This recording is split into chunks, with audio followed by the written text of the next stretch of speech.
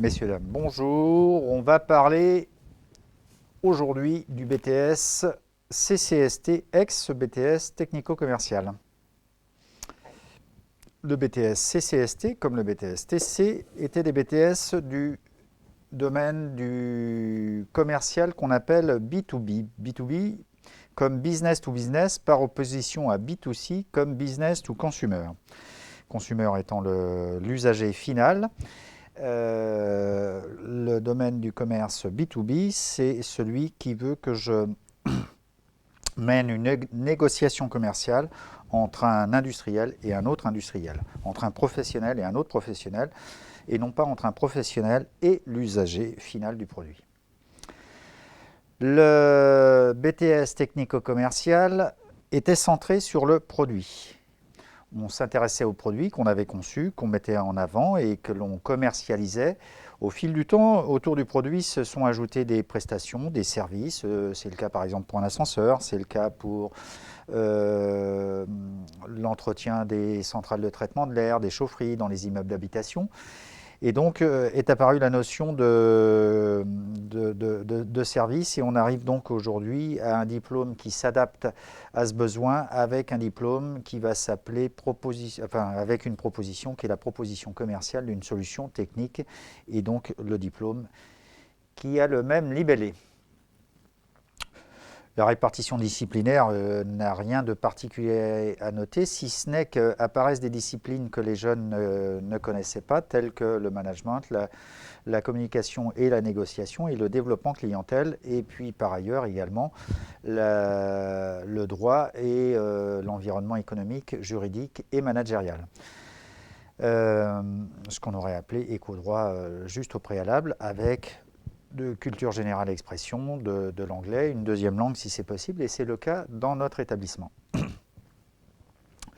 Une particularité sur la répartition de ces enseignements, ça donne un patchwork de formation qui en règle générale plaît beaucoup aux jeunes qui viennent des formations techniques, que ce soit de STI, que ce soit de bac professionnel, ils vont trouver là-dedans un équilibre et d'abord des disciplines nouvelles, donc un attrait nouveau pour la formation, et puis ils auront pour certains laissé de côté le trop plein de technologies qu'ils avaient ou le trop plein d'enseignements scientifiques. Vous aurez peut-être noté qu'il n'y avait plus de maths et plus de physique, il reste de la technologie en revanche.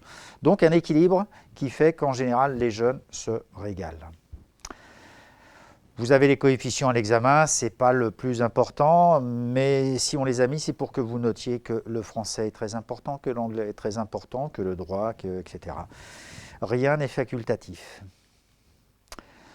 Le stage, qui occupera une durée totale de 14 semaines, dont 2 semaines sur les vacances scolaires, se déroulera sur 3 périodes. La première, de 3 semaines, a vocation à découvrir l'entreprise et à y trouver un terrain de projet technico-commercial qui sera lui-même l'occasion d'observer une négociation commerciale. Un deuxième temps, on va mettre en place le projet et on va participer, observer au moins et peut-être participer à une négociation. Et puis enfin, on va suivre le projet technico-commercial. Est-ce que c'est réveiller des prospects endormis? Est-ce que c'est développer un portefeuille client? Est-ce que c'est etc. Participer à un salon, mettre en avant un produit, tout ce genre de choses. Les tâches, les missions, les domaines d'activité d'un jeune qui est soit titulaire du diplôme, soit stagiaire, soit apprenti, eh bien, elles sont très variées. Ça peut aller de la mise à jour d'une base client, de la mise à jour d'un portefeuille client, de la relance de ces mêmes clients, de la relance par mail, de la relance téléphonique, de l'analyse de la concurrence, de l'analyse du produit d'un concurrent, mais ça peut aussi être le développement d'un portefeuille client. On apprend ce que c'est qu'un portefeuille client, on apprend à travailler avec les outils spécifiques que sont CRM, base de données, outils de mailing, etc. Évidemment, on va travailler sur la qualité des documents graphiques ou des documents informatiques que l'on va adresser. Donc la notion d'ergonomie prendra de l'importance, la qualité graphique des documents prendra de l'importance, on va travailler sur la gestion et le développement de la relation client. Le client, ce n'est pas quelqu'un qu'on appelle uniquement pour qu'il règle. C'est aussi quelqu'un avec qui on entretient une relation, on lui envoie des vœux, on le remercie. Et puis à un moment, on s'intéresse aux besoins qu'il peut y avoir au sein de l'entreprise. Et puis dans certains cas, d'ailleurs, on n'a rien à lui proposer. Et c'est lui qui va nous faire une proposition d'idées qu'on va mettre en gestation. Et puis au final, quand on a amené toutes ces étapes, eh bien, à un moment, on est arrivé à dimensionner un devis, faire une proposition commerciale. Dans certains cas, il est trop élevé. Dans certains cas, il y a de la concurrence. Il faut négocier, il faut démontrer, il faut argumenter que techniquement, notre solution elle est bonne. Il faut l'adapter. Et puis, il faut arriver jusqu'à la phase de négociation. On retrouve tous ces éléments ici qu'on avait regroupés tant qu'on s'appelait technico-commercial, avec une particularité, c'est qu'on avait une option énergie-environnement. Et donc, vous retrouverez ici sur le côté tous les domaines des entreprises avec lesquelles on invitait nos étudiants à travailler. Ça reste vrai aujourd'hui dans le BTS CCST.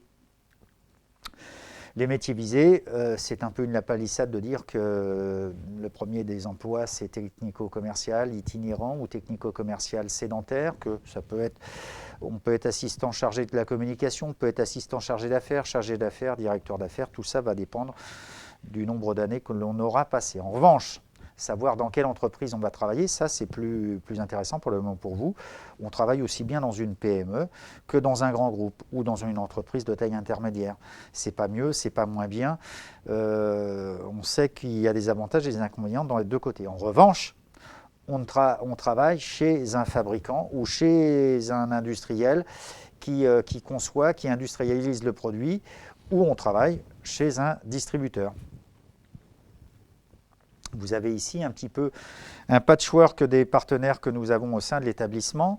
Pour vous donner une idée, si vous voyez Dekin, si vous voyez MCI, si vous voyez Le Froidpay Comarque, c'est un distributeur, Siemens, c'est un constructeur, Stulz, c'est un constructeur, York, c'est un constructeur, Atlantique, Dekin, Danfoss, toutes ces personnes sont des partenaires et donc des pourvoyeurs d'emploi pour nos étudiants, des partenaires du lycée Raspail dans le domaine de l'énergie et de l'environnement. Et bien entendu, dans ce domaine-là, il y a des phases commerciales. Certain nombre de ces commerciaux n'ont pas fait de formation à caractère spécifiquement technico-commercial. Si je reviens juste sur les logos que vous voyez précédemment, c'était à l'occasion d'un salon que nous avions organisé au sein de l'établissement, le salon Microclimat, qui avait rassemblé ici 1000 personnes pour 45 exposants, 1000 personnes, 600 professionnels et 400 étudiants d'Île-de-France. Les poursuites d'études, elles se font en licence professionnelle, dans le domaine du commerce, du management, du commerce international, voire de la finance. Elles sont suivies souvent de masters, d'autres intègrent les écoles de commerce. On est partenaire du concours Passerelle, on participe au concours Passerelle depuis 5 ans et depuis 5 ans, on a 1, 2, 3, 4, 5 étudiants qui le passent avec succès. Le concours Passerelle, c'est ce concours qui a pour finalité d'aider à des étudiants qui n'avaient pas vocation au départ à rentrer dans les grandes écoles de commerce, de les y aider à les intégrer.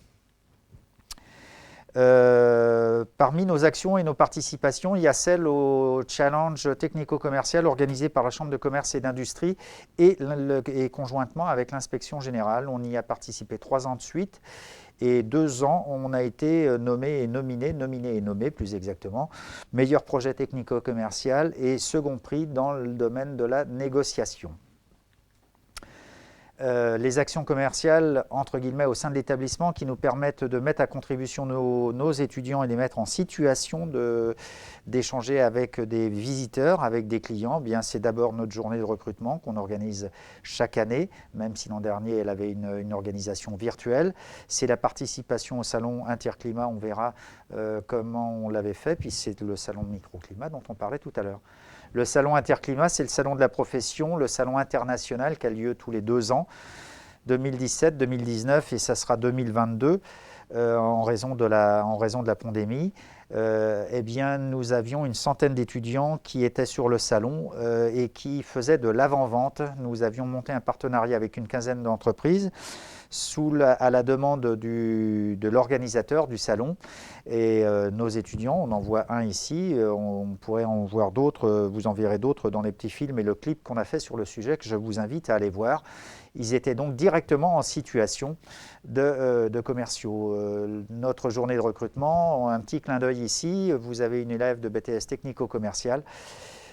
La diapositive du haut, elle postule. La diapositive du bas, elle a fait sa licence au sein de cette entreprise avec la particularité que c'est un distributeur dans le domaine du froid, que donc les clients, les fournisseurs sont des spécialistes du froid et donc pour être un technico-commercial dans le domaine, qu'on soit un garçon ou une fille, en l'occurrence, il faut d'abord et avant tout être compétent. Quelles sont les qualités requises? Alors j'espère que je vais pouvoir finir la diapo cette fois-ci.